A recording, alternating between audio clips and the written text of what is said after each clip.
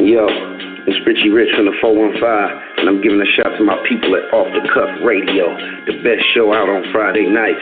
Keep knocking these busters' heads off, you feel me? Hey yo, this Fleetwood from the Cotton Pickers, and right now you're tuned in to Off the Cuff Radio, feel me?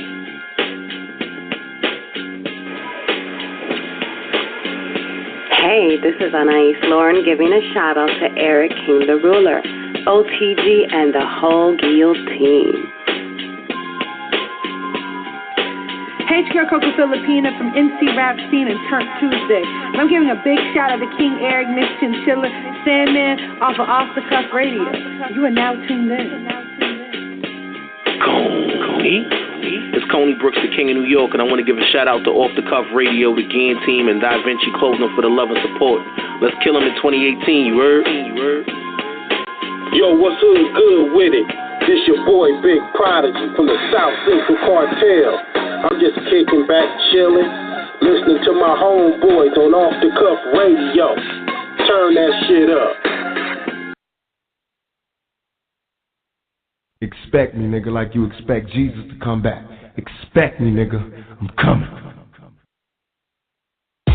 Never violate the codes of the streets, and I would never make a promise that I know I couldn't keep, and I would never testify, cop out for a plea, or surrender information on my boys to the police, and you could never catch me on the block without a strap, and I would never pull it out unless I'm about to black, and I could never forget my homies dying for they scratch, forever pouring out liquor for them, God to the back, and I Fred Hampton Jr. Chairman Fred is in the building, man. Appreciate you coming out to supper, man. In the building. I see y'all out there, man. I just want y'all to know one motherfucking thing. I would never, ever violate the codes of the streets, and I would never make a promise that I know I couldn't keep it out.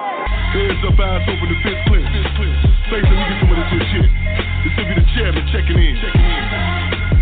Now, when I say codes of the seas, we talking about the Panther Cubs. Black Panther Party Cubs, that is.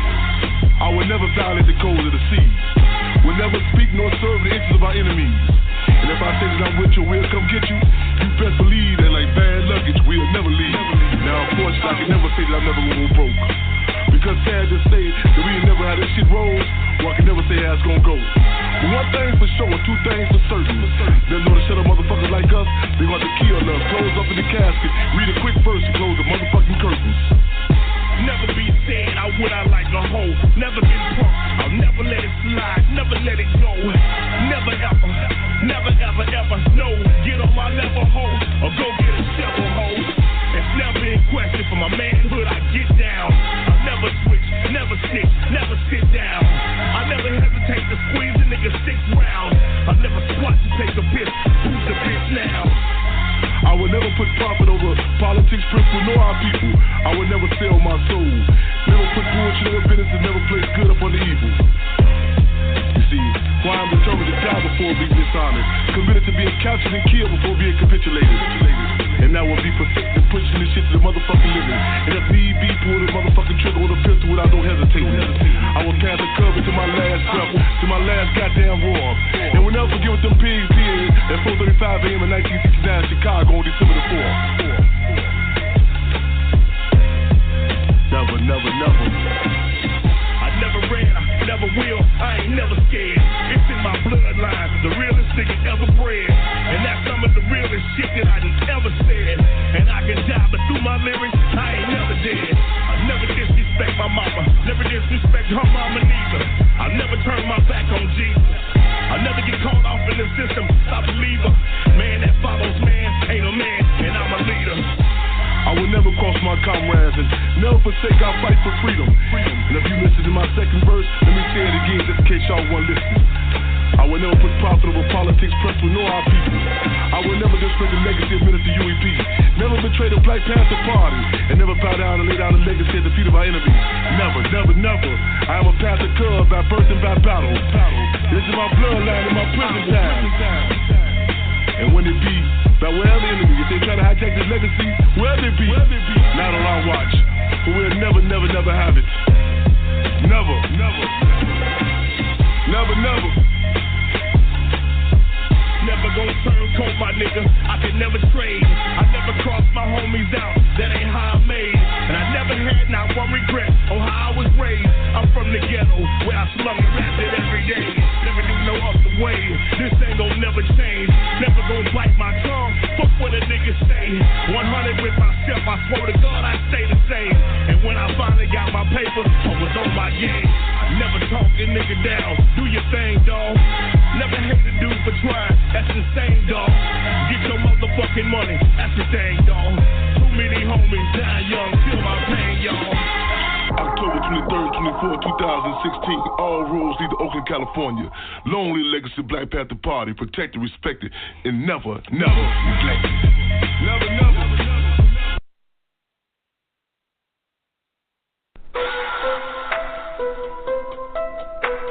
Y'all ever wonder why we different from the motherfuckers? That these fraud ass philanthropists, these counterfeit ass charities have no problem coming down to support us? Yeah, you wonder. If nothing else but in your subconscious, in the back of your mind, y'all even wonder sometimes why the media can't speak on us, and why these softball ass motherfuckers with big bankrolls can't fund us. Chairman Fred said we gon' say it again. Dare to struggle, dare to win. Shit, failure's not an option. We can't afford to lose. If freedom be outlawed, fuck it, we'll be free outlaws. Let the record reflect that they distinguish us from the domesticated cats. What's claws and outpaws, and these are Cub shoes. These is Cub shoes. We do more before 10 a.m. than any state selected officials and Marines or any opportunists as the forest and naive ass niggas can or have did in a 10-month time period. These pigs are the Black Panthers is the problem. In fact, Jack, what a lot of y'all don't know that was why J.Edgar Hoover and the rest of the pig power such came at it with everything, including COINTELPRO. And if by chance you think that this shit still ain't happening, I'm either spitting this shit too fast or y'all listen too motherfucking slow. We can't afford to lose. If freedom be outlawed, fuck it, we'll be free outlaws. Let the record reflect that they distinguish us from the domesticated cats. What's claws and outpaws, and these are Cub shoes. Because you best believe when it comes down to the Black Panther Party Cubs, yes, us. The agency still documenting and listening while we still representing resistance. At the end of the day, they still be saying, shit, them niggas still struggling for self-determination, and we still got a motherfucking problem. They done dropped drones on us, created counterfeit-ass organizations and even tried to clone us. They done gunned us down, locked us down, and even sent some motherfuckers in the bedroom trying to lay us down. We can't afford to lose. If freedom be outlawed, fuck it, we'll be free outlaws. Let the record reflect that they distinguish us from the domesticated cats. What's claws and outpaws, and these are Cub shoes. Now, we've been subjected to most snitches in the Nicky Barnes documentary and been buried in more ditches than a motherfucking mass cemetery. We done seen motherfuckers make money off our name, co-op our quotes, misappropriate our logos.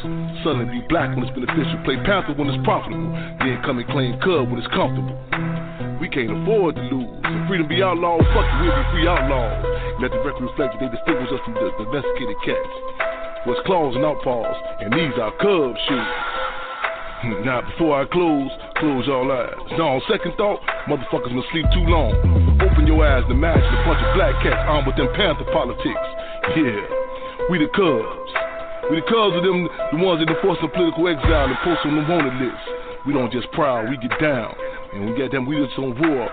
We represent the results of what them pigs did in Chicago on 435 in 1959 on December the 4th.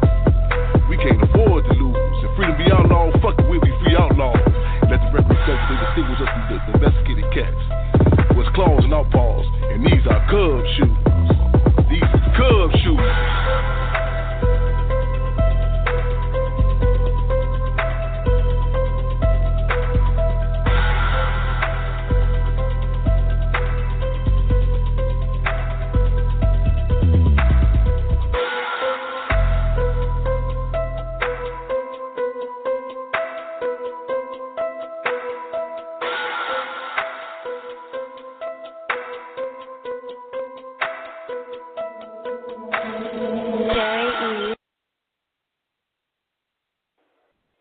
The deal, y'all. This your boy King Eric the Great, and you're now tuning in to the livest hip-hop show on Friday nights, Off the Cuff Radio, soaring wide from the 200 episode going on 201.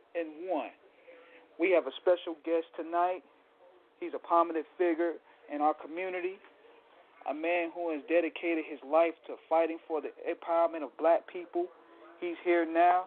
Let's welcome freedom fighter and revolutionary Chairman Fred Hampton, alongside with my co-host of the night, T-Max with the facts. Bringing both of you guys on now.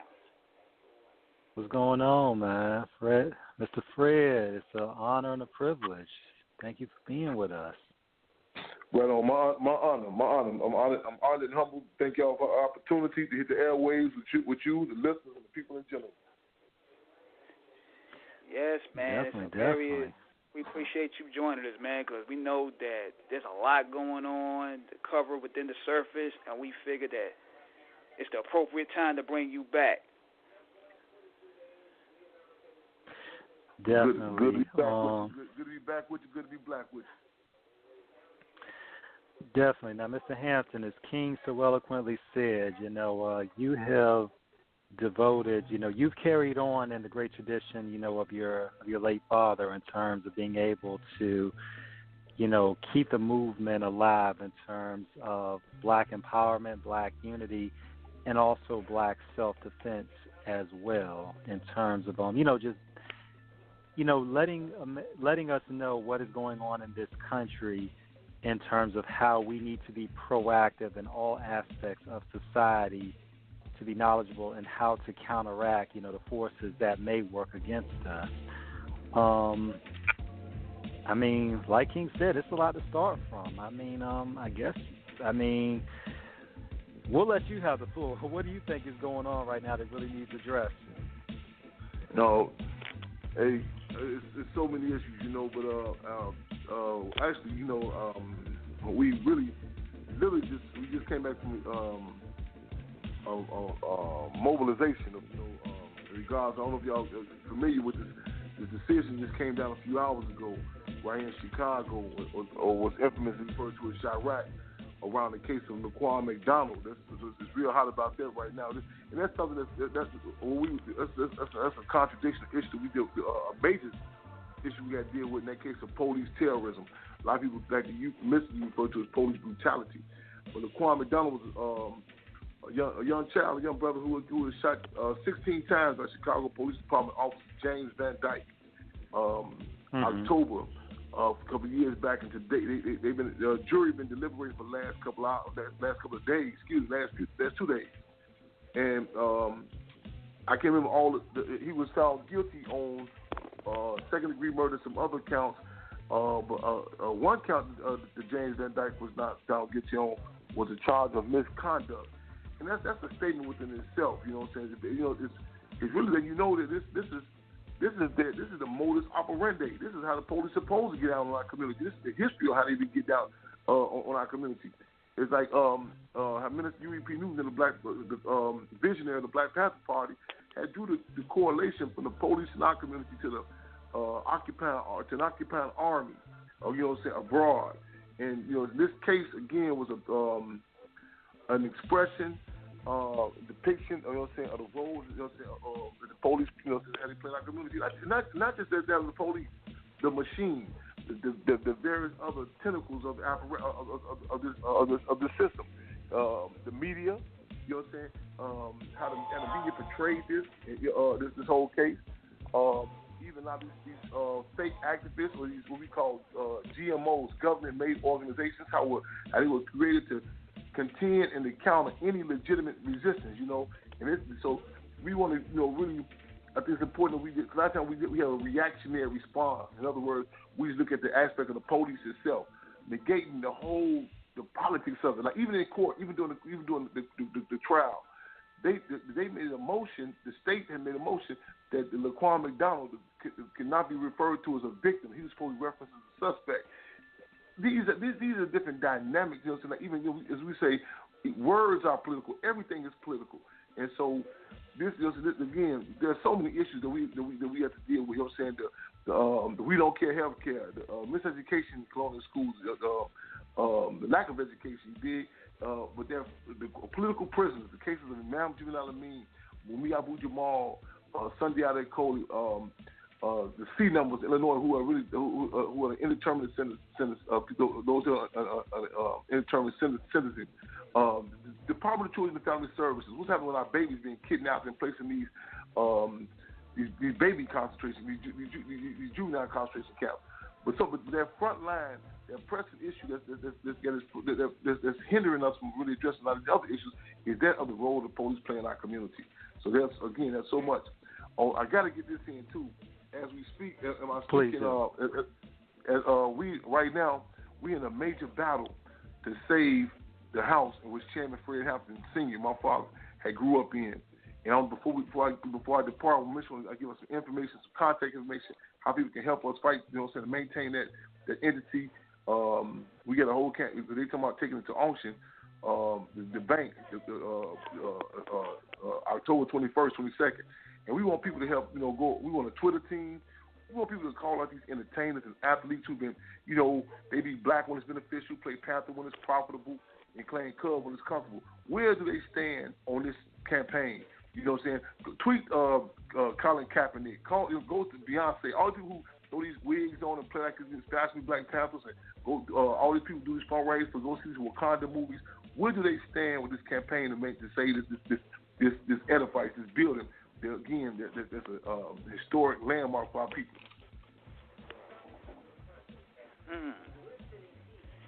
And I remember when we was on the show, when you was on the show last time, when we was building about political parties with the Democrats and Republicans, and how it's not really based off who's on power, because if you really look at who's in the Chicago mayor, he's a Democrat, and he's basically just letting all of this transpire.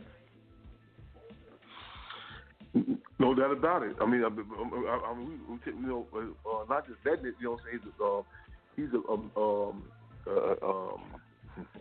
He's a major player with this machine. You know what I'm saying? Rahm Emanuel, that's his name. Mayor Rahm Emanuel. Rahm Emanuel, yeah, Rahm Emanuel, who is part of an international dynamic. I mean. His father was a major player in the Israeli Defense League. His brother, Ariel Emanuel, is a major player in Hollywood. You know what I'm saying? So it was under his tenure. Mayor Emanuel, one of his first edicts, or his first moves when he came into the mayor's office, was to close down the mental health institutions in the black community. You know what I'm saying? So all these dynamics, you know what I'm saying? He's a major player. Chicago or Chirac is, it's really a tale of two cities. You know what I'm saying? You have Chicago and Chirac. Like even right now, perfect example, Rogers Park is up north where most of the white people live at.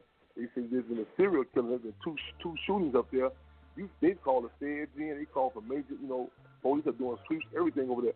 It's 25 murders happening a day in the hood in Chirac. I'm talking about, it's connected to the whole thing about the theft of these body organs, the cartel connection, you know what I'm saying, which is, I was just commenting to someone, you can look at that movie El Chapo on Netflix, and it talks about the cartel connection that the roles play right here in Chirac, right in Chicago. Definitely. Now, in terms of now we want to talk a little bit about the dynamics in Chicago. Seeing that you brought that up, Chicago pretty much.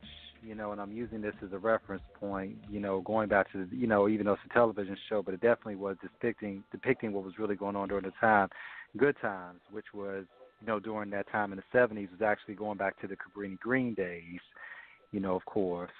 And then, Chicago's history in terms of violence has been long and well documented, of course, with the Gangster Disciples, of course, with Larry Hoover, and of course, the Vice Lords. With Jeff Ford, if I'm not mistaken. He was one of the major players as well.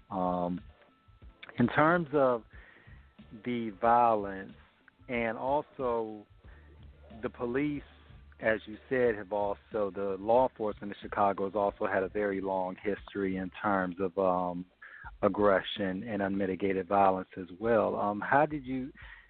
I guess my question to you is, Mr. Hampton, in terms of where did you see the situation in Chicago from the street level get out of control, and why do you think there has not been a proactive approach from the city government and the citizens to try to find a common ground in order to curb,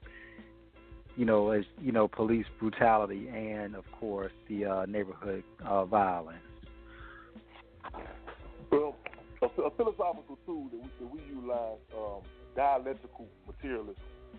Dialectical materialism, amongst other things, it acknowledges that nothing operates in a vacuum. You know what I'm saying? In other words, that my actions are impacted by something else, and vice versa. You know what I'm saying? I impact my, it's a reciprocal relationship. The history of Chicago, the history of violence in Chicago, it should be inclusive in the conversation, acknowledging that Chicago was and remains one of the top segregated cities in the country. Okay. Excuse me. Okay. And even the dynamic of violence, it can be tied into even such dynamics as that of the gentrification, or which we refer to as the land grab. You can look back historically and see, like areas where UIC, University of Illinois, on Circle Campus, down by area which used to be, it was known as Jewtown, the Greek, also on the borderline where the Greek community was at. You've seen a spike in violence, and it was tied to certain communities being displaced. You know what I'm saying? They give us these different folk tales, to justify certain political moves that happen. Like in fact, the Great Chicago Fire. People reference it. They say it was Miss O'Leary's cow who supposed to kicked over a bucket. And that's how this whole city was known. How the city burnt up, known as the Great Chicago Fire. But actually, it was tied to certain dynamics again about displacing entire communities of people. And so it's a political monster. Chicago is a political monster. Even also the infamous race riot of 1919, which Mayor Daley Sr. Bill Daley, yes, sir. Mayor Daley was the mayor, and he was involved in the infamous race riot in 1919 when he was part of a gang known as the Hamburg Gang. And all of these dynamics, again, it's a connection tied to land, increase, mass imprisonment, of people. It's all intertwined. Even the infamous the Woodlawn experiments. You mentioned the Stones, or actually you mentioned Jeff Ward, who's actually the Black Keystone. The Black Stone Rangers later became the Black Keystone Nation. And a lot of people just attempted to say that the rivalry between the Stones and the Disciples was just some dynamic that just popped about osmosis. However, there were certain factors in place, like the property, the area known as Woodlawn. The Woodlawn area was at once a thriving black community. It was like a small, like a local version of Tulsa, Oklahoma, where black people have thriving black businesses, so on and so forth. Such entities as the University of Chicago. The University of Chicago, now, the same University of Chicago that trained Elliot Ness, the same University of Chicago that created the nucleus for the atom bomb. The same University of Chicago that trained Pinochet of Chile, his staff, as well as that trained later on. You're talking about Augusto Pinochet, correct? Yes, his staff, most of his cabinet, majority of his cabinet was trained at the University of Chicago, and so this same university, yes, the same University of Chicago, and later the administration that was brought in to replace Saddam Hussein's administration in Iraq, they were trained University of Chicago. So the same University of Chicago was responsible for the Woodlawn experiment. Woodlawn experiment where they literally set up a dynamic to take the property from black people in that area known as Woodlawn. This is where the Chicago Police Department would dress up like the then devil disciples before you had the black disciples, you had the devil disciples and other factions of the disciples. The Chicago Police would dress up like them, and they would do drive-bys on the Stones headquarters.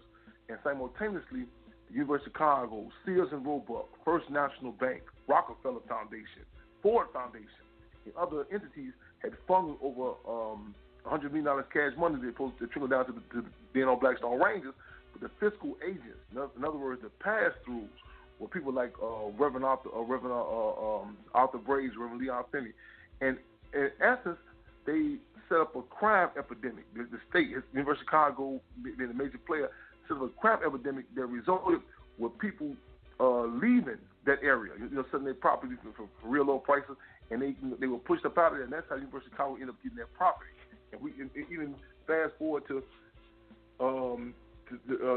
late 1990s and 2000s, you got a similar program known as newer communities. Again, newer communities. And this is a similar program to create a crime epidemic that can be equated to what was set up in Rwanda. You know what I'm saying? Where people were seeing the Hutus and Tutsis, you know what I'm saying? And they thought it was a fratricide. Thought it was black people killing black people. It actually was a genocide that was controlled and escalated by the Belgium and by the French. You know what I'm saying? So these different dynamics. So fast forward to even present day, as opposed to organized crime, for lack of better terms, because Chicago is known as a city of structure. And one of America's policies is to create chaos and then restore order. Again, create chaos and then restore order. So they dismantled the organization. You know what I'm saying? They attack. You've seen attacks come down, intensified attacks on. You mentioned Larry Hoover or the Gangster Disciples, when they became the growth and development. You know what I'm saying? You've seen these different organizations attack. So you know what I'm saying? In leadership, you know what I'm saying? Locked up. In fact, when the GDs were left on 1996, the Attorney General for Northern District has said on national TV, prepare yourselves for nationwide violence. Because they knew the trickle-down effect that, you know what I'm saying, that would happen with the dismantling of certain organizations. Combine that, include that with, you know, certain the results of NAFTA, the North American Free Trade Agreement under the tenure of former U.S. President Bill Clinton. And, you know what I'm saying, when you see the different dynamics as I mentioned earlier, the cartel, a lot of people, they negate that, the role that the cartel has played. And it's similar to the role that how the U.S. government had utilized the mafioso, Luciano and them, to be the liaison, you know what I'm saying, to plug the black community in particular with dope. And with Diego Hoover denied that the mafia even existed. The movie El Chapo was not even allowed to be played in Chicago. A lot of people don't even recognize the cartel's presence in Chicago. The expressway, the 290 expressway, is like it goes through Chicago. It's known as the heroin highway. You know what I'm saying? In Chicago, it's a prime market. It's a prime move for these dynamics, geographically speaking, as well as politically speaking, because it's the Midwest. So these are just some of the different dynamics. Mind you, also Chicago at once per capita, Cook County, which is in Chicago, which Chicago is inclusive. Chicago is in Cook County, was one of the per capita the largest county, the largest population of black people in the whole country. Cook County Jail is the largest jail in the country. California has the largest prison population, but Cook County Jail is the largest jail. And the present sheriff of Cook County, Tom Dart, said on 60 Minutes that Cook County Jail is the largest mental health facility in the country. So that speaks to what's really going on here, you know what I'm saying? So these are just some of the different dynamics that, you know what I'm saying, that play into what's really happening, you know, here in Chirac. Now, do you think that a lot of the murder rate in Chicago, those numbers are often exaggerated? Or if it is happening, do you feel that it's not strictly black-on-black crime, but it's also in case of infiltration where you have police officers disguised as gang members or hiring gang members to continue on the onslaught? Oh, no doubt about it. The case I mentioned to you earlier, the Quan McDonald, James Van Dyke had shot 16 times. That case, they picked him up from another area and took him to where you know what I'm saying, to where he ended up was subsequently murdered at. It's a known practice. The police will tell you that in places like Bridgeport and Canaryville, where Mayor Daley grew up at, if a body gets found over there, they move the body over to Inglewood. You know what I'm saying? So that can be counted in that area. There's a murder there, right? In the prison, it was a known practice in the prisons at a certain during the time of the census, whenever the census is taken, the census count, to give prisoners trumped up cases or with knives and transfer them down south to places like Centralia and other places. So now that when the census takes the count of these southern counties, with these rural counties with these white people at, they have a higher populace, so they can get more resources allocated to them by the state, and then they move you back. So it's a similar tactic, even with the numbers, how they play the numbers game. This impacts what communities get the money for tips, the tax increment funds, you know what I'm saying, for their property. You know what I'm saying? Because when it's beneficial for them to play low income or play crime rate. There's so much crime in the community. Similar to like even the myth about welfare. You know what I'm saying? Many of us we hear about welfare, we think it's black people, black women in particular. However, the white people. real White people are on welfare. White corporations. You know what I'm saying? Who really benefit off that welfare. So no doubt about it, they play with these numbers. You know what I'm saying? This allows they can fund different organizations. You know what I'm saying? Fake fraudulent organizations who supposed to be about addressing the crime.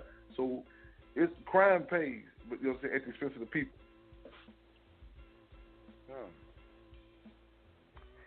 Definitely, very interesting. But like you said, man, in terms of the semantics, in terms of wordplay and the mathematics of it, it's all manipulation a lot of times in terms of how, power structures will use that to, further a certain agenda for what they have planned. It definitely makes sense when you look at it on that end of it. Yes, sir. Now, we had an influx of black cinema that's been going on for the past year. Like, we had movies come out like Black Klansman, then you had Black Panther, then you had the first Purge, because I was watching that today, and that's a real deep movie because it shows what really could go on if a purge really go down within the hood. But what do you think about the current renaissance of black cinema? You feel that these movies are right for this particular time? We have to be, when you talk about movies, you're real careful. Just because the word black in it doesn't actually mean it's really addressing, black issues, even dealing with black people. Like, you have a lot of organizations that have the word black in them. But you go back and look, look at the membership, or better yet, the leadership who pulls the strings. You say, well, this is really not a black organization. So a lot of these movies that you see, it may be some black actors in it, but the question is addressing, some real authentic issues that black people are dealing with. You know what I'm saying? And the deal is, we really can't afford the luxury to, just to engage in this fairy tale of fiction. You know what I'm saying? Cause I haven't seen Black Klansman, but I know with the movie Chirac. You know what I'm saying? That was, that really was a diversion, and it really took people away. It really didn't acknowledge nothing was going on here in Chirac. You know what I'm saying? It was an insult to people's intelligence. You know what I'm saying? It negated real deal, tangible contradiction that was going on. You know what I'm saying? That was a criticism of it. As a matter of fact, as you said, that was a criticism of the movie. That Spike didn't really tackle, as you said, the real issues of what was going on. It was all and I respect Spike as a filmmaker, but a lot of people felt like for Chirac that he dropped the ball with that in terms of maybe the message he was trying to get across with it. I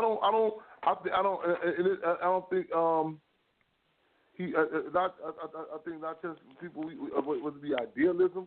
We hope people have a different agenda, but it was exposed recently that the New York Police Department had funded over $300,000 of Spike Lee for a whole propaganda campaign. You know what I'm saying? Say word. So huh? So no, Spike say got word. funded by the NYPD? Like yeah. Excuse me? Say Spike got funded by the NYPD? Yes, you go Google it. Google it. Ask Siri about it. Yeah, I'm hitting my Googles now as we speak. Tell us more about that, Mr. Hampton, in terms of that whole deal with Spike and that situation come about. Listen. See, like everything is political. Everything is political. Movies, music, everything is political. You know what I'm saying? And deal like there was let's put in a historical context. Let's go to the Black Power movement of the '60s, for example, H.R. Brown, not known as Imam Jamil Al-Amin, one of the most charismatic representatives of the Black Power movement. H.R. Brown, he was the state made up a law for him. He couldn't even speak cross state lines. He said whenever he spoke, the towns would go up in rebellions.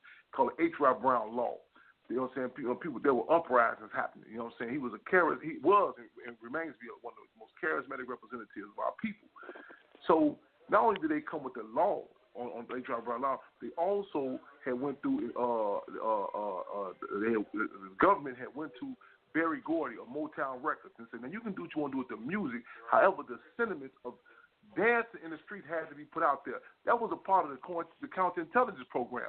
So now you got people supposed saying, burn, baby, burn. The sentence became, we dancing in the streets. Martha and Vandellas. You know what I'm saying? Vandellas, dancing in the streets. Yes, that was a part of a government program. You know what I'm saying? So our people, we think these are. See, other people they acknowledge terms like political prisoners, propaganda bombs. We call them love and hip hop shows. You know what I'm saying? We other people know. It's acknowledged that Nazi Germany created the ghettos. They get us thinking that we created the ghettos. Again, everything is political. The terms, the music that you play, all you know what I'm saying? You go back and look at, who's behind the string, even these different movies. We'll look at the face and negate the small print. You know what I'm saying? Even again with the Chirac. The whole sentiment of, you know what I'm saying, in a city that was you have basically every black organization headquartered in Chicago, in Nation of Islam, Operation Put. The whole array of different. You know what I'm saying? Us, the Black Panther Party comes. We centralized right here, and for a movie to come out, but always in Chicago, and to give us the modern day great white hope is the only thing that can save us. At all these black folks here. That's basically what Chirac was saying.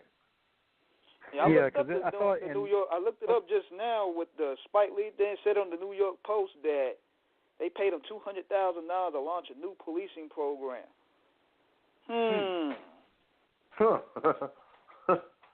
Now, again, everything. My numbers may have been off. As I said, $200,000. And the deal is, our people. A lot of times we don't. The importance of propaganda. Commandante Ernesto Che Guevara said that the role of the propaganda is as important as the guerrilla. You know what I'm saying? The propaganda is important. So the state knows this. So even when they bring out certain movies, the whole Superfly was a strategic move when they brought Superfly out. You know what I'm saying? That was part of the hit that was going to you had an era of black men and black women standing up with afros from a power to the people. Next thing you know, I'm going to have fried dad ladies to the side. Yeah. That was that's part of the propaganda. So even the type of imagery, you know what I'm saying? Even the Shaft movie, the Shaft movie, that came at a time when constantly the police were being exposed, when people were becoming clear. So now you had this imagery of this cool police. You know what I'm saying? This whole the New Jack City movie. At a time when people were becoming clear about the role of, you know what I'm saying, of the government with crack. It was flooded to make us believe that some 17-year-old cat named G Money supposed to create this form of chemical biological warfare called crack. So I like this. The other day I took this episode of Empire out. I liked it because it told from the background of really what goes on in the music industry. Now, I was so it's a piece on YouTube where this is one of my second encounters with Sway. Now. Sway refused. He was in Chicago. However, they was up in the white neighborhood on the north side. They were not addressing any issues. You can go on YouTube and type my name is Sway. Sway on YouTube. You see the actual imagery. And a lot of people. I didn't take it personally. He couldn't address. He couldn't let me. He couldn't acknowledge what I was saying. He couldn't. You know what I'm saying? When I look at the microphone, he couldn't. This is the second encounter we've had. You know what I'm saying? They couldn't address this here. You know what I'm saying? Like people talking about chant on the Breakfast Club. They can't address certain issues. And so when Sway tried to sway from the issue, people said, "Man, is it something against you?" I said, "No, I know who pulls the strings." And go look at the last episode of Empire. It showed you. It's an episode with Terrence Howard playing Lucius. We was talking this way, and they literally show you the white man who behind the screen calling the shots. You know, and it's interesting, Mr. Hampton, because if we can backtrack a little bit on what you said about the entertainment industry in terms of Shaft and, of course, Superfly, because definitely in the 70s you had the wave of black empowerment, you know, started, of course, you know, with, you know, well, there was already in motion, you know, with Dr. King, of course, with Malcolm X, and it continued, of course. And then you started having more, because, of course, Dr. King was a victim of the COINTELPRO, too, with J. Edgar Hoover, who started that. You know, you could arguably say that Malcolm was the same victim of that as well. You know, but you also saw in terms of Superfly, you know, like you said, you know, that movie was about as hood as it got. But that's where, you know, we started, because a lot of scholars began to look at that in terms of black history, black culture, in terms of where we started kind of having the paradigm change from black power and unity and positivity to where we got into the negativity element of it. And, you know, as great as Superfly was as a classic movie, it did kind of delve into the illicit activities that a lot of, you know, young brothers in the street would eventually want to emulate. And, of course, as you said, with Shaft, you know, with Richard Roundtree, you know, being the cop, you know, John Shaft, he was that dude, you know what I'm saying? Yeah. Yeah. And you know, of course, the Superfly with Ron O'Neal. Yeah, Ron O'Neal, and, of course, Max Julian as the Mac. You know, all of those movies. See, what the Mac was, I think the Mac was great because it also tackled that issue that goes on between black folks, like, should we go the underworld or should we fight the power? And I like that they incorporate that in that brothers got to work it out scene, whereas you don't see that type of stuff in any of them other films. But but going to what Fred was saying, it all goes to timing, because I mean, I wasn't born around that time, but I got people that tell me, like, during that period, everybody was fighting the power, everybody was banging on the beast, but when those movies came out, it kind of like shifted the dynamic, so to speak. Well, let me interject and say this too. A common misconception about the struggle is that it exists in some sort of vacuum, some sort of bubble. You know, so the reality, like I see, like even you know, I meet people, they say they have this unrealistic version of, you know, who I am or what a revolutionary is. The deal is, you know, saying the Black Panther Party, you know what I'm saying, as well as the day of the Black Panther Party clubs, we turn the communities in the classrooms. A lot of times people get us mixed up with these different intellectuals who may be, you know, they own the world. Like I had a struggle with a guy yesterday. He had tried to get me, a brother who I respect. He had tried to get me and others involved in some battle between, you know what I'm saying, some intellectual Twitter battle. And I said, see, we dealing with some real concrete contradictions. I say, you know, we dealing with some cases, you know what I'm saying. A lot of people, the only thing they got to worry about is catching carpal tunnel. Being on the computer too long. You know what I'm saying. We dealing with some real deal contradictions. And let's go with the Mac, for example. Go back and go on YouTube also and check out the interviews, the backdrop that went down. With, you know, they went down with the black. You know, when they was filming, you know, with Max Julian had told the producers that they have to check into the Black Panther Party, and it got real funky. You know what I'm saying, with the Ward brothers, and Black Panther Minister U and the Black Panther Party, so on and so forth. So these contradictions is not like 1 year to move in here. It's realist. It's revolutionary. You know what I'm saying? There are contradictions. However, in all communities have them. We just told that, you know what I'm saying, we are misinformed. We don't want to have what they call black on black crime. You know what I'm saying?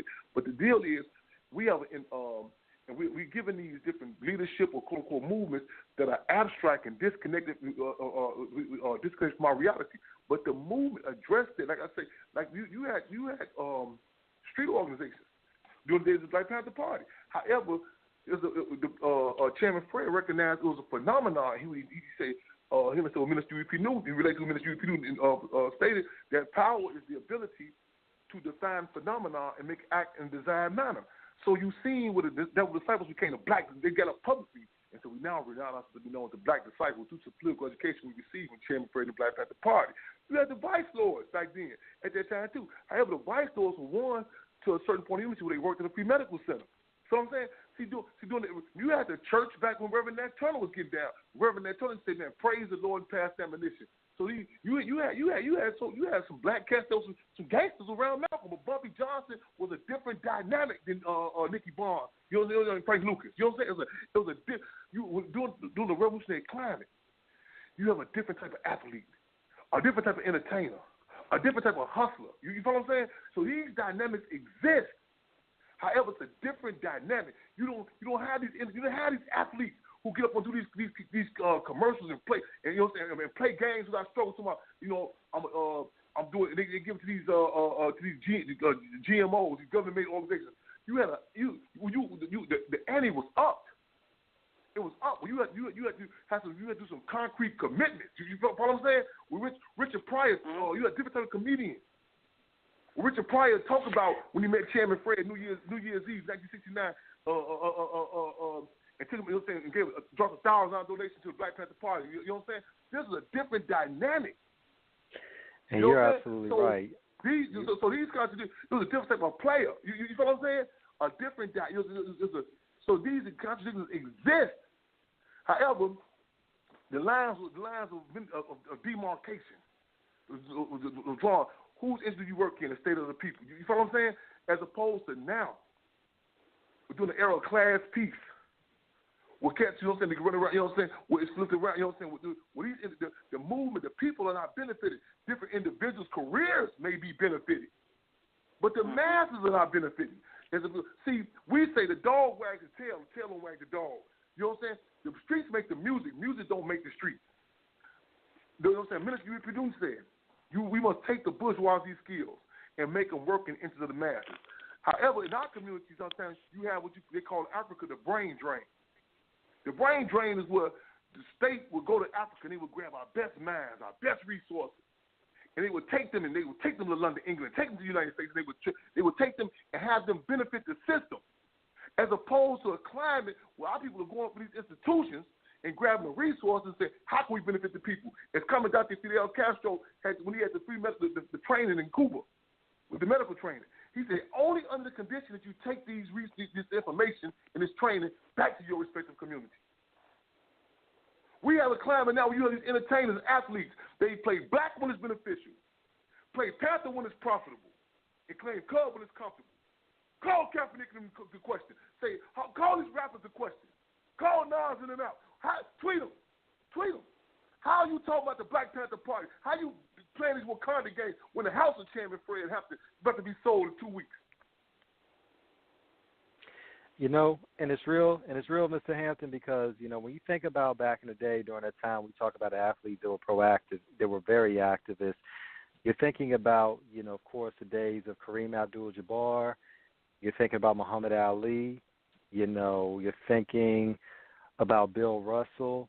You know, even before he kind of started flaking a little bit. Yeah, I went there.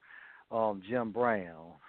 You know, because in recent years, Jim has been kind of, I don't know. But even then, at one time back during that time, Jim was, you know, but it's funny because, you know, your DNA is documented in terms of your blood being our blood fighting for us. And what you said resonated with me very heavily because you spoke about how a lot of, you know, and I didn't come up with this term, but somebody did. This is about somebody that I know of who, you know, does a lot of silly stuff. But basically, they're activists. They're not activists. You said when it's comfortable, when it's convenient, when it's profitable, when it's presentable, that's when everybody wants to get revolutionary. But, and, you know, some people who shall remain nameless, a lot of these celebrities, they want to get all, quote-unquote, political, but they don't understand the real history or the implications of what they're getting political about. They just think it's okay just to protest something. I'm like, no, if you're going to protest something, you need to have all your facts in terms of what you're protesting and what is the real plan in place outside of protesting. Mm-hmm. And what are your thoughts on Kanye West and his latest antics? Like, do you feel that his message is, like, very destructive to the black community, or do you feel that I'm waiting on people this just one. blow it out of proportion? Ain't no absolutes. You know what I'm saying? You know, the state has a psychological profile on Kanye West. We have a psychological profile on Kanye West. It was us that said Kanye West.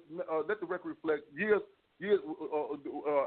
after Hurricane America. Not people call it Hurricane Katrina. We call it we call it Hurricane America. We know about the ninth ward, the levees being blown up down there. You know what I'm saying? We know it was done by what happened to our people down there was done by design. So we referenced it as Hurricane America. That was us that set Kanye West down 8 hours before he said what he said about George Bush.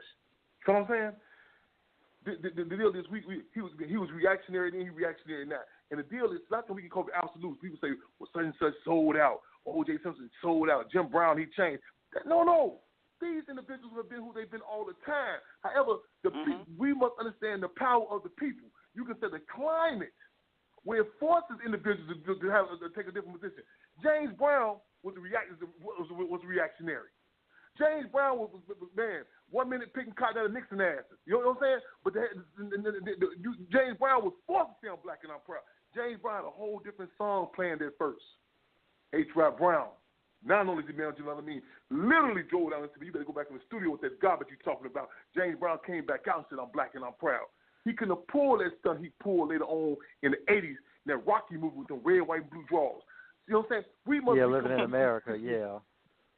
We gonna say we can't afford this dealing in absolutes. You know what I'm saying? Because a person does commit a revolutionary act that they all the way down. We gotta set a climate where certain things ain't cool. You know what I'm saying? Set a climate where you force Chairman in the 1960s, the Black Power movement. Chairman Fred said the best dressed brother was one of the leather jacket in the 45. You think when they came up with the Superfly movie, all them cats, you know what I'm saying, talking all that pimp and stuff. You think them cats wasn't alive? In the 60s, they was alive, but they couldn't pull it. It wasn't cool to be doing so much, disrespect, you know what I'm saying, breaking people's houses and stealing. It was the atmosphere. Right. You know what I'm saying? The Stones. At one time, you had a branch of the Stones on 40. They identified themselves as FBI Stones. Later on, the climate, the ante was upped. A different climate. You follow what I'm saying? The politics was, you know what I'm saying, different politics later, where you seen them became the Black Peace Stone Nation. You know what I'm saying? You seen the vice was working in the free medical center. You know what I'm saying? A different type of dynamic, different type of athletes, and that comes from the power, the people, the politics, and the people up the ante. So we're not going for. King was forced to take more. They told when Dr. King came to Chicago one time, the man said, "We ain't hearing that turn on the teeth." He said, "Man, Doctor," he said, Willie Mukasa Rickson must have been up here. You know, and the mother was it hold people accountable. I need it. You know what I'm saying? I'm not Chairman Fred Jr. just because I look like him and talk like him. People hold me accountable. The people want, you can say the climate, we're not going for certain that. You know what I'm saying? These when they had their voter die, Puffy Combs, that punk didn't even cross Illinois state lines that voted that garbage. We didn't allow it. We didn't allow it.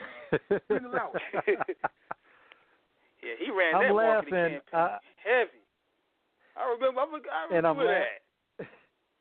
And I'm laughing hard at that because Sony I know Sony Records got a layout with my name on it, telling them entertainers when I come on stage, they tell them get little. They tell them get little, because see, you'll be surprised with the people. Once you just hold people accountable, what can happen? You know what I'm saying? But most people we call stargazing. When JayZ said what he said about Chairman Fred in that movie, Murders of Excellence, he arrived the same day for him to die. We called him a question. All these different groupies and his journalists even was attacking us. You know what I'm saying? We said, no, Chairman Fred was assassinated. We up the ante, and I know our people are capable of doing it. A lot of times they flip it around. Other communities, let's go down with them Bautista babies in Miami, Florida. Now, just for the record, Bautista was the neo-colonialist puppet that the U.S. had placed in power in Cuba. That was in Cuba. That was before Castro overtook it in 1959. Yeah. Before the Bautista government. Because, and if I can come in on a little bit for a second, Mr. Hampton, because I got a little excited when you said that myself, because a lot of people who don't know about the Godfather movies, that was loosely based on the situation, like that scene where Michael Corleone, where the situation with him and Fredro, and you hear the explosions in the background and everything. That is actually depicting in Mario Puzo's novel.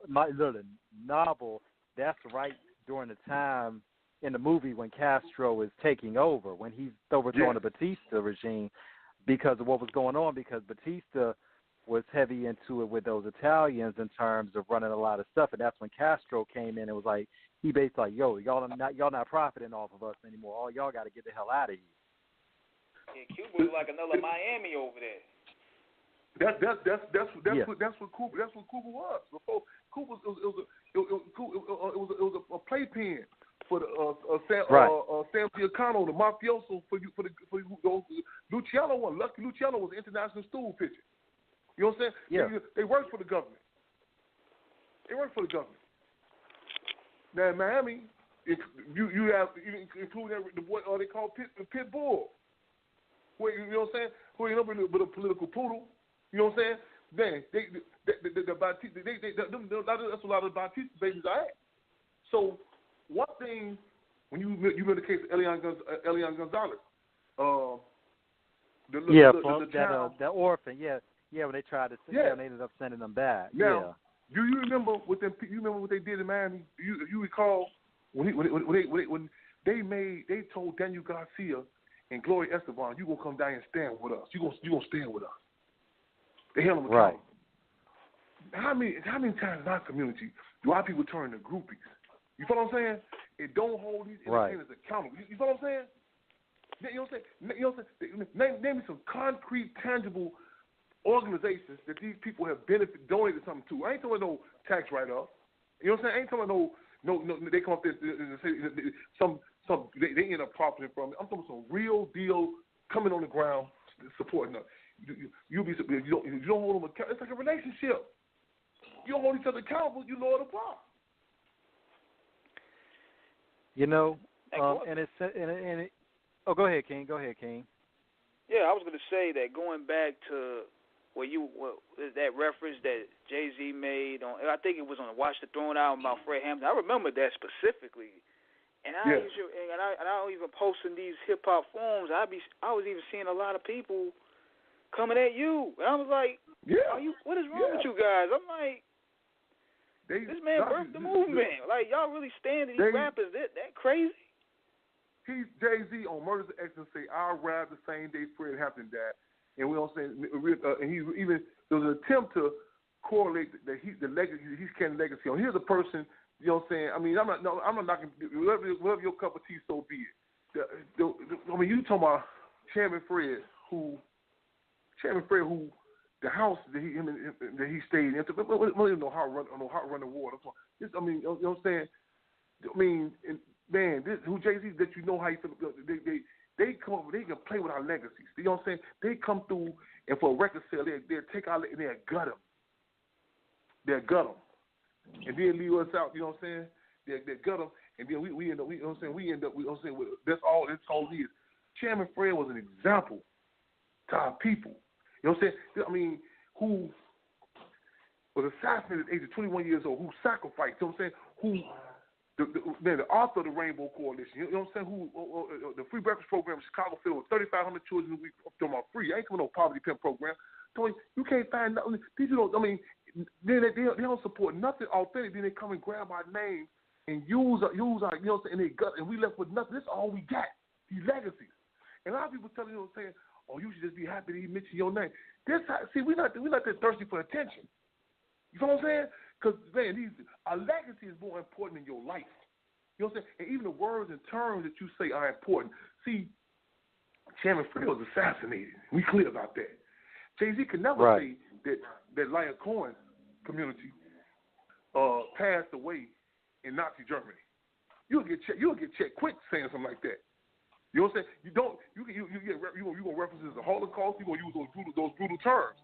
Terms are so important. In this court case this week of Laquan McDonald, they said that you cannot refer to him as a victim. You get called a suspect. This is how important words and terms are to others. You know what I'm saying? But us, they say, oh no, don't. You make a big deal out of nothing.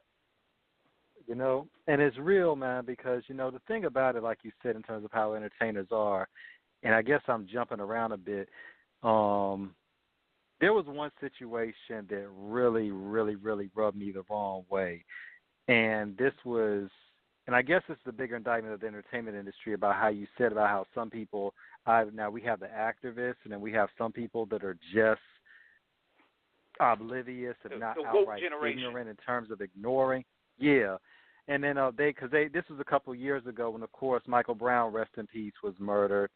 And, you know, they asked, you know, it was BT Awards, so they wanted to ask Young Thug, and I didn't expect too much from him to give an intelligent answer, but even he lowered the bar of stupidity for what he did. You know, but when he talked about how, you know, when the reporter asked him, you know, do you think it's important to address social issues, and he was like, no.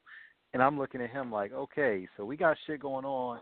We getting killed out here, and all you can say is no, and, you know, like, we out here, we bling and we shine. I'm like, and that made me, that kind of made me realize how far and how lost a lot of our young generation is in terms of what's really going on out here. What's your opinion of that? See again, we got the politics. We have to assess these contradictions. I mean, politically, you have to these people, they got psychological profiles. And for those people who may not be familiar with what I'm saying, I say psychological profile. We use it in our everyday life. Hustlers use it when they know. Right. You know what I'm saying? I got a brother of mine. He sells. He used to sell CDs. I would be in the car with him, and he would know who would buy a CD, who wouldn't buy a CD. That's how he studied that. You know what I'm saying? You know, like when you in a certain genre, you know, like sticker man. He comes to a certain area. He knows like who to approach to certain things, who not to approach. You know what I'm saying? So they have psychological profiles. These people know they make these motherfuckers young thugs. You know what I'm saying? And they know this, and it's not young people as a whole. They grab and give us. It's like a dog trainer giving you the runt of the litter. You know what I'm saying? When it comes down to our music, when it comes down to our movements, they grab you. They know what they're giving you. You know what I'm saying? It's like in our communities, you go to the meat market, they give you the bad meat. You know what I'm saying? It's not all fish is bad. All, you know what I'm saying, all beef ribs are bad. That's what they give us. That's what they give us. Right. They give us the runt of the litter. You know what I'm saying? So you constantly are giving this. You know what I'm saying? You giving the most. Let's go. Look at the example in the boxing arena. You know what I'm saying? Look at that dynamic with Pacquiao and Mayweather. Look at the contrast of Pacquiao coming up there with his people and his children around him. Look at him. You know what I'm saying? Relating to his community. You know what I'm saying? Then look at who they get, who you get. Mayweather. You know what I'm saying? No connection to black folks. A disdain for black folks. The state knows what they're doing. They know they know the damage as a child with his father, his hatred for black men. You know what I'm saying? They know Nicki Minaj in Trinidad hated her father. They know Lil Wayne when he shot himself. All he remembers waking up is 3 black police walking past him and a white police named Uncle Bob saving him. They know this. They know this. They know JayZ's issues is disdain for his father.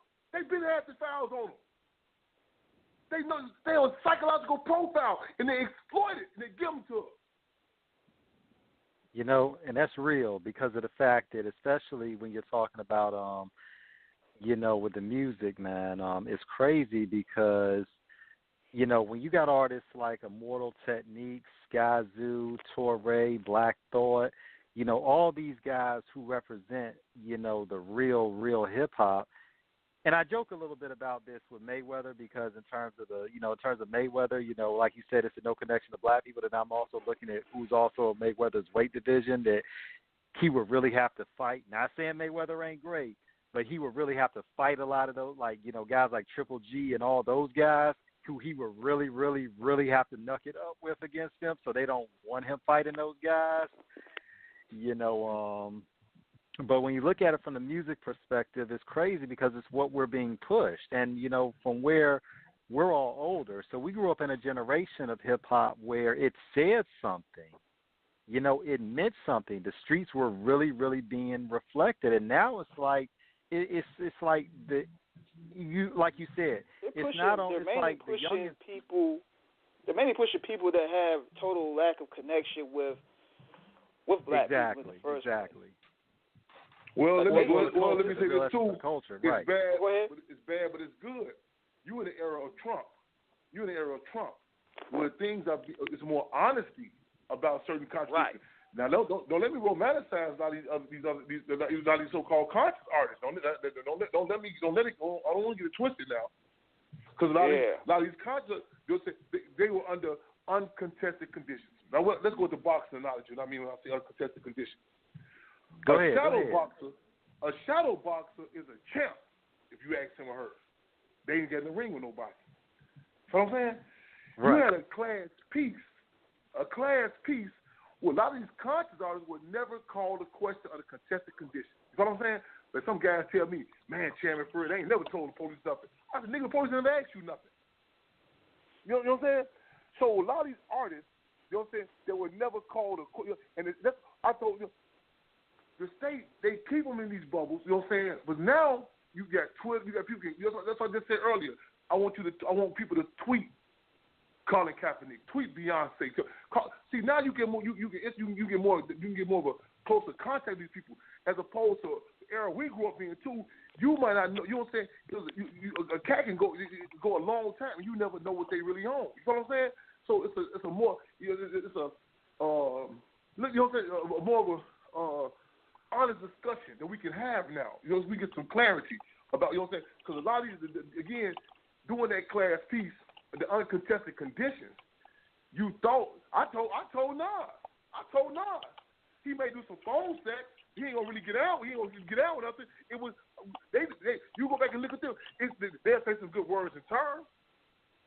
But when it comes to some concrete, tangible support of a struggle of a movement, it ain't happening. Now they got the clout. Kaepernick. Huh? Now, you referenced Kaepernick, Mr. Hampton. Now, what do you think in terms of Kaepernick's, and we definitely don't want to, on this show, as you know, we're always about real journalism. We're never about flaming anybody, but we always want to get the real opinions and observations of our guests, especially one as highly esteemed as yourself. With Kaepernick, what do you really see in terms of his activism? Do you think it's genuine in terms of what he's doing, or do you think he still has a bit of polish that he has to really work on to really make it resonate? This is not an indictment on Kaepernick. I don't want to, don't make this subjective. This is a political. It's even a call to question in the context within our community. Let's go with the resources that Kaepernick even allocated to what organizations in Chicago. To the groups who got the $1 million, you know what I'm saying? Go Google it. You know what I'm saying? These groups are not on the ground in the city. You know what I'm saying? Right. You know what I'm saying? And the deal is, we don't the liberalism, and that's how we don't read the small print. You know what I'm saying? We say, oh, they gay this and that. It's a front, and the deal is we are dealing with too many real issues to keep playing games. We need to keep engaged in liberalism. You know what I'm saying? Man, the house we've been fighting to save, Chairman Fred's house, over here, the few months we've been here, we have transformed this without no resources. So it's not no rocket. Don't take no rocket science to figure out who's out here on the ground, who's doing what. You know what I'm saying? The state, they know who playing, who ain't playing, and we keep on playing these softball games with major league issues. You know what I'm saying? Where they come out, it's like going to court. You know what I'm saying? The public defender play like he's really trying to save you, state's attorney. You know what I'm saying? But we catching cases in time for real. These individual organizations, they come out there. You know, Nick Cannons, whatever, the Kaepernicks with, you know what I'm saying? Beyonce, they throw it, and people. It's not funny games. You know what I'm saying? It's real deal issues. So it's not so a lot of these people, even if they wanted to, they cannot even relate to the real deal conditions. A lot of these organizations, they call grassroots organizations, they couldn't find a hood with a GPS map. You know what I'm saying? So, you know what I'm saying? So you dealing with it's a combination, nefarious, or better yet, a question of power. Who controls the strings, the purse strings? You know what I'm saying? You know what I'm saying? That's the question of power. You know what I'm saying? And then if individuals go back, sacrifice. Minister U.E.P. Newton said his mama said, her preacher said, a certain amount of suffering is good for the soul. Look at these individuals that they give us. What suffering have you ever seen? You know what I'm saying? Right. Look at the individuals. What suffering have they ever? You know what I'm saying? If they want, how can they even relate to what we're talking about? You know what I'm saying? Right. I'm not a comic mechanic. When I see what I yield, I okay, I respect. That's the arena. You know what I'm saying? But when it comes to this movement, we just back up. I mean, people come in and they'll say, okay, that's an activist. We give that's our leadership. Could you imagine? Me or you get on the football field, and you know what I'm saying? And people say, I'm not only am I playing, I'm the quarterback, I'm the hit. You know what I'm saying? How people say, whoa, wait a minute, we got to see your resume. We got to see what you did in high school. You know what I'm saying? Oh, you just gonna come up here. Could you, like I told one time, they had the Hip Hop Summit. Dr. Ben Shavers was telling us how Ludacris gonna come in and speak for us. We said, whoa, stop the car. We speak for ourselves. They brought that Ludacris Foundation in, they brought that Ludacris Foundation in and say he got Ludacris Foundation. When our guys say that's just what it is. That's just what it is. A Ludacris.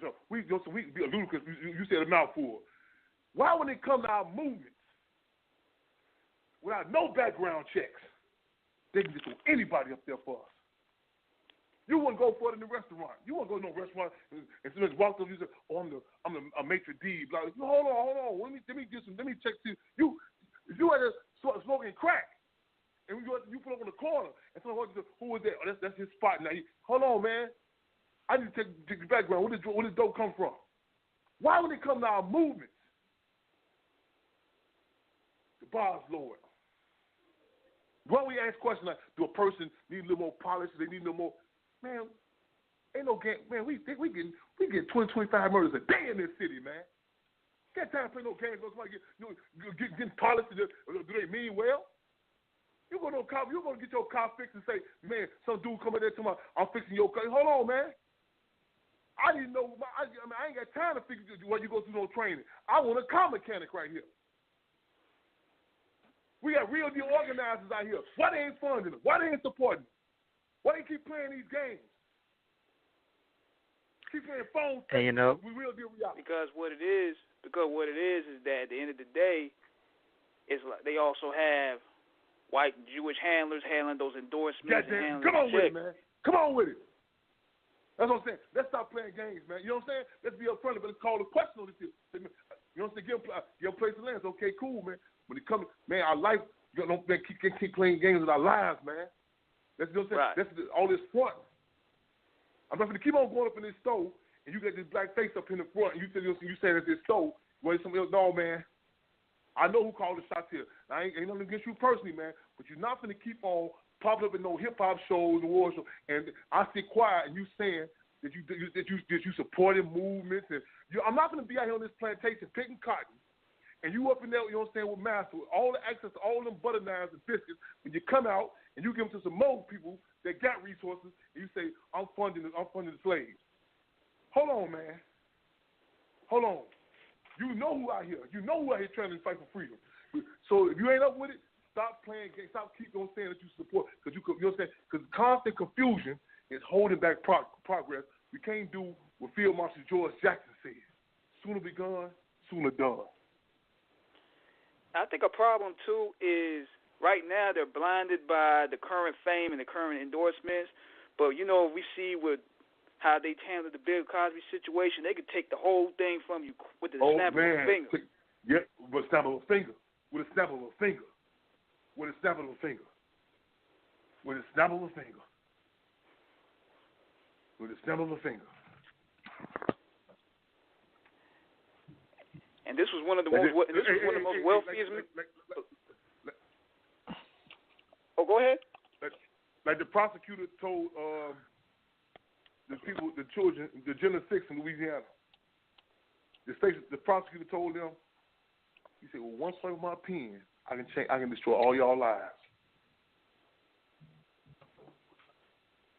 That's what you're dealing with. That's what you're dealing with. You're someone who has power over us, and what I'm saying, and it's embarrassing being oppressed. But we can't keep playing games when we got people that's willing to fight and struggle for this. You know what I'm saying? I told some members of the Black Panther Party recently. I said, "No, we need some help, man, to save this house of Chairman Fred, the leader of the largest chapter of the Black Panther Party." I say, what's crazy about it, I said, we're an investment for y'all. I'm not just fighting for his legacy. We're fighting for the legacy of one of the most revolutionary organizations the world has witnessed, man. You know what I'm saying? We're talking about some relatively, some small change comparatively speaking for a lot of these people, man. Before October 21st, man, $80,000, man. I done seen what these motherfuckers can do. You know what I'm saying? I said, man, if nothing else, we got to go fight. Man, got to fight. I ain't cutting no corners. They got to carry me up out of here in handcuffs and caskets. I ain't going, you know what I'm saying? For his legacy. Listen, man. Yeah, this house where I'm at, man. It's heavy. Listen. They done try to salt the earth, man. They done put family members in this motherfucker to hustle. You know what I'm saying? We ain't cutting no corners with no motherfucking body. Excuse me, brother. I hate to be graphic. Man, when it comes to tell it. Nah, please. They tried to salt the earth, man. That's what they trying to do. West Oakland, where the party was organizing that heavy, they flooded it with dope. You know what I'm saying? The West Side of Chicago flooded it with dope. 20-some years ago, I went over to that same house where Chairman Fred was in defense against the Mark Clark was assassinated at. When I talked to them guys, them black disciples, they say, man, we out of here. We not, you know what I'm saying? We gone. You know what I'm saying? We respect this legacy. They trying to salt the earth, man. They killing us and they killing us again. You know where Chairman Fred is buried at? He's buried in Janesville, Louisiana. Every year, like clockwork, they shoot his tombstone up. Every year. Menard Penitentiary, concentration camp. They got my picture and his picture in every gun tower right now. You get called a picture of me or him, you get 6 months added to your sentence right now. We had an opportunity right now at the house where he grew up in. The elementary school he went to is across the street. The high school he went to is 4 blocks down the street. The case he was given, where they said he took $75 worth of ice cream from a Goodyear ice cream truck and gave it to the children, that's a block away from here. You have an opportunity. We have an opportunity. You know what I'm saying? To help push this legacy. Napoleon knew. They knew the importance of that Sphinx. That's what they said. Shoot, man, 21 guns shot that nose. Shot the noses off. Man. They still shooting. Yeah, they shot the noses off of the Sphinxes. And please correct me if I'm wrong, Mr. Hampton, but I read this a couple of years ago. Basically, Napoleon had cannons shot off the Sphinxes' noses to basically kind of, defame black people. Basically, to insult black, because, yeah. Any what they call Negro, go ahead. Negroid features. Yeah. Okay. Now I have a question here that I want to shoot to you, and this from Darnell. His question is, how do we create a modern day Black Wall Street?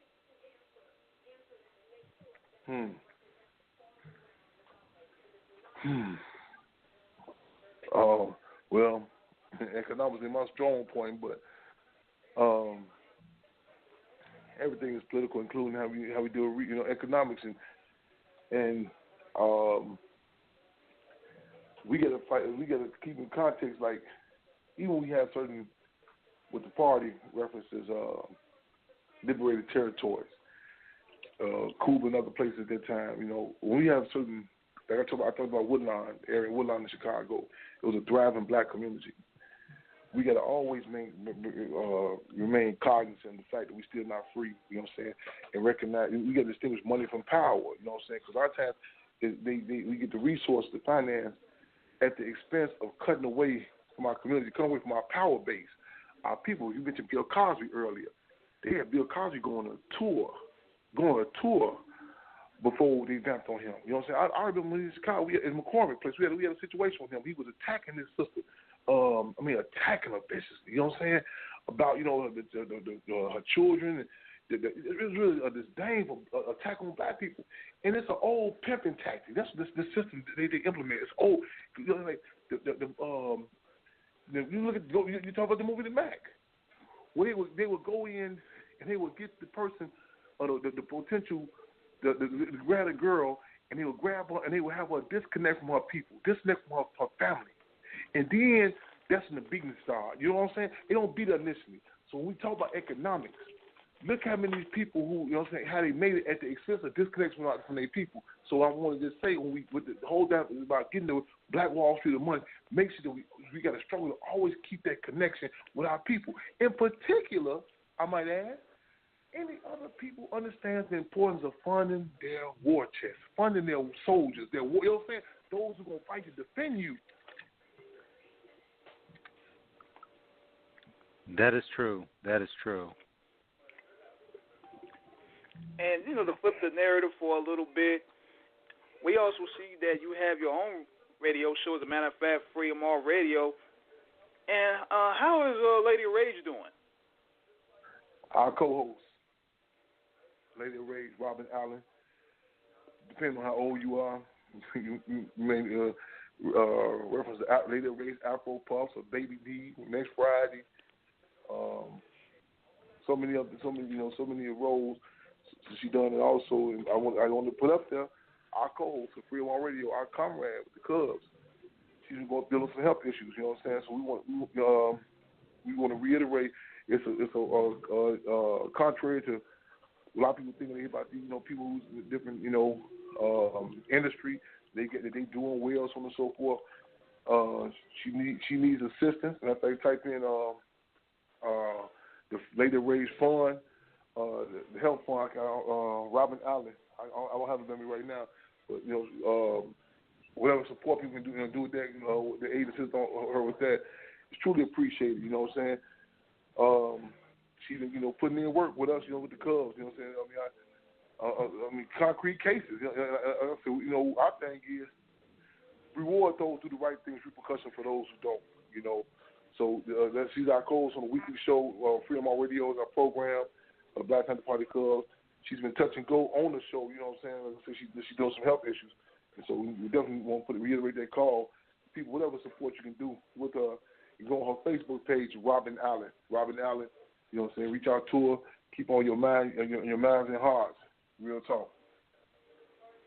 Definitely. And with Freedom On Radio, now, did you start that because when you go on these other radio stations, like you were tired of your voice being censored or you being dictated on what not to talk about?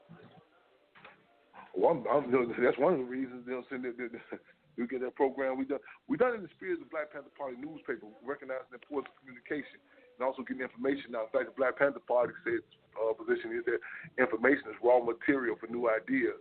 But I've been banned by WVON and other so-called black radio stations right in the city of Chicago. Wow. Man. It only makes they really that scared of the truth. Real talk. Real talk. Yeah. And not only that, I'm scared of the truth, they complicit with the lie. Because the lies keep them paychecks coming. Yes, indeed. Yes, indeed. But I couldn't feel. I would just feel a sort of way. That would just be me. Like knowing that you have important figures like yourself, and basically trying to dictate and tell you what to say because that type of truth is what our people need to hear. Yeah, but see, a lot of people they hear different at times, different times in their life. We say people get involved in the struggle, become quote unquote conscious, one of three ways: inspiration, aspiration, or desperation. He turned more than me black. See us, me, we represent the last call for alcohol. Like you go to the lounge. You see all the other people in there. We not the most well dressed lady. We, you know what I'm saying? We got scars and bars on us. We got a lot of time up on us, a lot of dirt up on our fingernails, might have, struggling with, in the community. So they'll go to different other organizations and try them. Then they get messed over by them. They say, last call alcohol. You look back, you say, who was that lady over there been serving the drinks all night? Who was that? And that's now they come to us and they have no other option. You know what I'm saying? And the times get so intense. So a lot of they can hear what we saying when the heat hit them. Like I say, he turns more than meat black. Michael Jackson said it'll make a difference if you're black or white. When he caught that case, he changed his song. They don't care about us. Kobe Bryant started cooling down. Kobe Bryant. Kobe Bryant called Dr. King. When Kobe Bryant started calling Dr. King, when? He started wearing African and it's funny. beads. Yeah, look. It's funny, Fred, you say that because with Michael, there were so many situations with Michael because I guess if we just kind of talk pop culture and just in general stuff because Michael during that time was one of the biggest pop stars in the 80s. But like you said, when that situation came up, and it's funny because remember that skit in Living Color back in the day when Tommy Davidson did the Michael Jackson, black or white, and then he said, tell me, officer, am I black or white? And the officer said, you're under arrest. And he said, I guess I am black. It's funny how art imitates life. Yeah. And then, of course, with Kobe, Kobe for a long time really thought that and Kobe was a great basketball player, and even, Kobe, and in my humble opinion, I thought Kobe was always a little bit full of himself. But when he caught that rape charge in Colorado, even though I never believed he actually did it, but how he was, like you said, he was quoting Dr. King and all them talking about how he was persecuted. Look, he wearing big-ass jewels, like a lot of hood, like he's trying to identify with the black power. I'm like, no. I'm like, let's not get this twisted. The black power struggle and the black freedom for our people is not equated with you doing something you should have not done, cheating on your wife. That's totally separate. Don't try to bring everybody else into it, trying to manufacture a cause off of a calamity mistake you made. No, like we said earlier, you can't start playing both sides of when it's convenient for you to capitalize on a situation. Exactly, activist card. Exactly. Yeah, but our people, saying we accept, we accept them back, but we toughen up. We call them some questions and so we up and ante. So you just can't, our people, you just can't sell us any type of snake oil no more because it's getting too intense. You know what I'm saying? People want to. No, you just can't come with that same old snake oil. Look at these different cases as opposed to say about 5-10 years ago. Look at the different dynamics. Like the police will kill her automatically. You get ready for Reverend Sharp, and they come in. They'll be brought in. The news will say, "Where are the African American leaders at?" That's a cold word. Okay, bring in the political sleeping pills, put everybody to sleep. As opposed to look at them cases like Minnesota. With Philando Castile. And the sister Diamond Lavish Reynolds. Look at response. Now she come out to jail. Laying it out. Look at Mike Brown's mama. The first one down. So many sister Lisa Rich in L.A., Dorothy Holmes in Chicago. Ronald Ronnie Man Johnson, who was gunned down by Chicago police. I mean, it's a different dynamic with these our people. That you know what I'm saying? They're not coming. Erica Gardner, the daughter of Eric Gardner. You know what I'm saying? The New York Police Department killed Eric Gardner. They killed his daughter, Erica Gardner, but she was a fighter. Man, that was man. Rest in peace, Erica, because that baby, man. That baby fought so hard in terms of the memory of her father, in terms of that. Man, and she died of a heart attack at 27, just from the stress of it. The same police in the hospital. They killed the same police department. They killed her father in the hospital. They killed her, man. They took that sister out, man. Yeah. But she fought, man. She's a fighter, man. Yeah. Now there's another thing I want to ask you too. It almost slipped my mind here. Now they had a documentary film on the Black Panthers. I think it aired on PBS. I think it was last year or earlier this year. And I want to know what your thoughts on it. Which one? What was the title of it? What was the title of it? It was Black Panther's Vanguard. Oh yeah. Actually, no, they interviewed me for about 2 hours, and none of it made it to the script, to the piece. Yeah, because I watched it, I was wondering where you was at, because I remember we had you on the last show, and I was like, where my man's at? On the editing room flow so well. Like, what?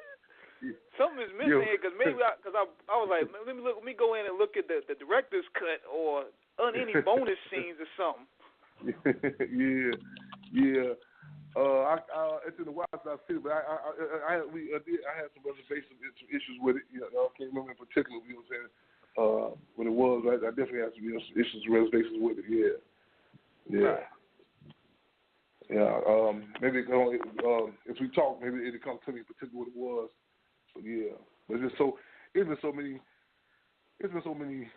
Man, this legacy, man. I'm doing. I mean, it's like they be coming at it. They keep coming, and we keep covering. We keep Panther covering. We keep on fighting back. You know, yeah. Yeah, because I watched the thing. Because I thought at first it was good. I watched it the first time.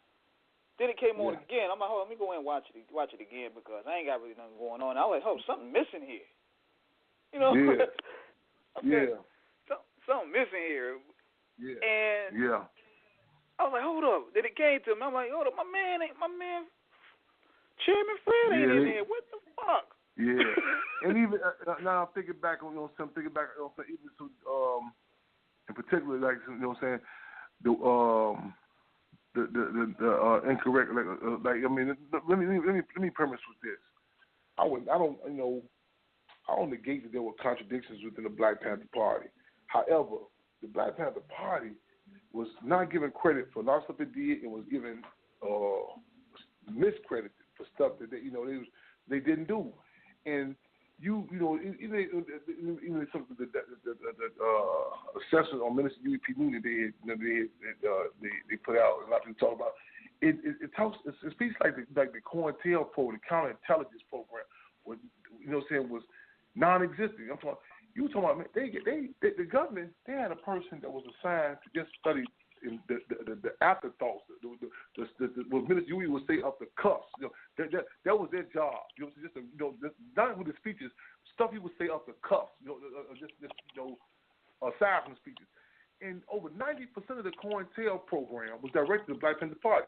And they are mentioning it in an abstract type of way. You know what I'm saying? Like, okay, like a lot of people, we hear about the COINTEL pro and the government. We think about some James Bond, 007, white dudes, some sunglasses, and suits. This dynamic impacted relationships, it exploited egos. You know what I'm saying? It impacted every aspect of our life and ultimately our death. You know what I'm saying? And again, over 90% of it directed to the Black Panther Party. And Minister UEP the visionary of the organization. And it still take effect today. That's how powerful the impact was. It was nothing like a James Bond movie or nothing like that. It's still going down. They still trying to raise up bogus organizations, bogus, you know what I'm saying, bogus individuals, or they still trying. No, they still shooting.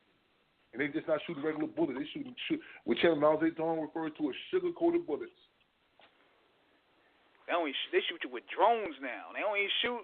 That's where you know the impact is felt. They ain't shooting you with like regular cap guns. Yeah. Yeah. Well, they gonna hit you with the big boom for real on it. Yeah. Just like the brother. I think it was a brother that he went. I think this happened 2 years ago where he was been like a black mass shooter. He was going shooting at police officers. Yeah, Dallas. You talking about when he shot the police? Yeah. And they sent it they sent the bomb to get him. They sent a robot bomb to get him. A robot. Yep. I was bugging. I'm like, wait a minute, they could do that? I was like, they be creating some Matrix shit for us. Yeah. Yeah, like they send. But I think it all parallels with their fear. I want to request, this piece here, brother. I feel I won't plan on going this long with this. I'm real inspired by this good dialogue. You know what I'm saying? And we're on some crunch time with this say the Hampton House. I want to request if y'all can make sure y'all send me this, man. Will it be posted up online? How do y'all work? Yeah. I'm definitely gonna have everything posted, and I'm gonna post it on YouTube too. Please, right on. And also send a copy to Black Panther Party Cubs. Black Panther Party Cubs 12/4@gmail.com. Black Panther Party Cubs. I can text it to you also. Send it to them. Do that. Yeah, I'm gonna send that to you. Let me get this out too. I gotta make a move too. People they can donate to PayPal.me/Save the Hampton House. Also, go to the website www.savethehamptonhouse.org. The GoFundMe is www.gofundme.com. Save the Hampton House. You know what I'm saying? Again, we need support. We on the crunch time. You know what I'm saying? They talking about less than 2 weeks, man. So, we won't put the word out, y'all. So again, hashtag Save the Hampton House. The house in which Chairman Fred Hampton grew up in. I'm honored and humbled to be here. I want to come back with y'all. We're gonna be getting down, so I'll keep y'all posted. I gotta make do some late night meetings real quick now with some cats in the streets. So they can get some flyers. They can help us get some flyers made. I just want to thank everybody. So really those who ain't got nothing, they ain't got much. Been really coming through. You know what I'm saying? So we're gonna fight this all the way out. We're gonna do what Chairman Fred said you did. We're gonna dare to struggle, and we definitely gonna dare to win. You know what I'm saying? So again, love, respect. I gotta make a move, but I appreciate y'all.